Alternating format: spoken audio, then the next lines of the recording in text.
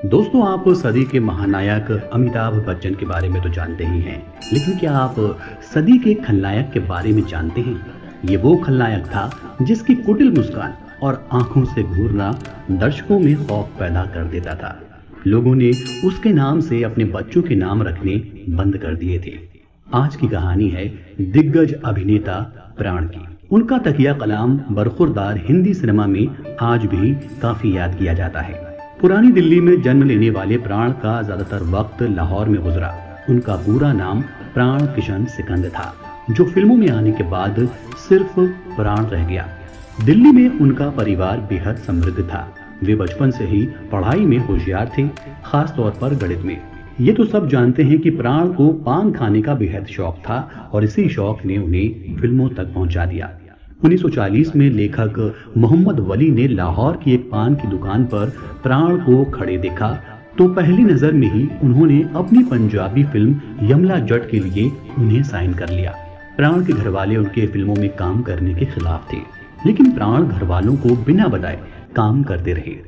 जब उनका पहली बार अखबार में इंटरव्यू छपा तो उन्होंने अपनी बहन से विनती की कि किसी तरह पिताजी की नजर अखबार पर ना पड़े। जैसे तैसे पिता को पता चल ही गया। प्राण पंजाबी फिल्मों में अच्छे स्थापित हो गए थे, लेकिन भारत के बंटवारे के बाद उन्होंने लाहौर छोड़ दिया और 14 अगस्त 1947 को मुंबई आ गए।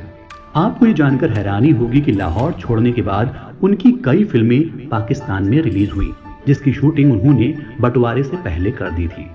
हिंदी सिनेमा में उनकी शुरुआत हुई फिल्म जिद्दी से। लाहौर से मुंबई आने के करीब 8 महीने के बाद लेखक सादत हसन मंटो और अभिनेता श्याम ने उनकी मदद की और उन्हें फिल्म निर्देशक शाहिद लतीफ से मिलवाया। शाहिद ने प्राण को फिल्म जिद्दी में रोल दे दिया और उनकी हिंदी सिनेमा में शुरुआत हो गई। इसके बाद प्राण ने खलनायकी से हिंदी सिनेमा में अपनी अलग पहचान बना ली। 1955 में दिलीप कुमार के साथ आजाद, मधुमती, देवदास, दिल दिया दर्द लिया, राम और श्याम और आदमी नामक फिल्मों के किरदार महत्वपूर्ण रहे, तो देव आनंद के साथ मुनीम जी, अमरदीप जैसी फिल्में पसंद की गईं। उन्होंने फिल्म खानदान में ही सिर्फ हीरो का किरदार निभाया है। इसके बाद वो कभी नायक नहीं बने। उन्होंने खलनायकी क्यों चुनी, इसके बारे में भी उनका कहना था कि मुझे पेड़ों के चारों तरफ घूम घूम कर नाचना अच्छा नहीं लगता और मुझसे नाचा भी नहीं जाता। खलनायकी में जो रौब होता है वो नायक में नहीं होता है। बताया तो ये भी जाता है कि प्राण इकलौते ऐसे कलाकार थे जो हीरो से ज्यादा पैसे लेते थे। राजेश खन्ना ही एकमात्र ऐसे सुपरस्टार थे जिनको एक फिल्म के लिए प्राण से ज्यादा भुगतान किया जाता था। 60 और 70 के दशक में निर्माता निर्देशक प्राण और राजेश खन्ना को एक साथ फिल्में लेने से कतराते थे। उनका मानना था कि दोनों को एक साथ लेकर फिल्म बनाने से प्रोडक्शन की कॉस्ट बढ़ जाती है और बजट बिगड़ जाता है।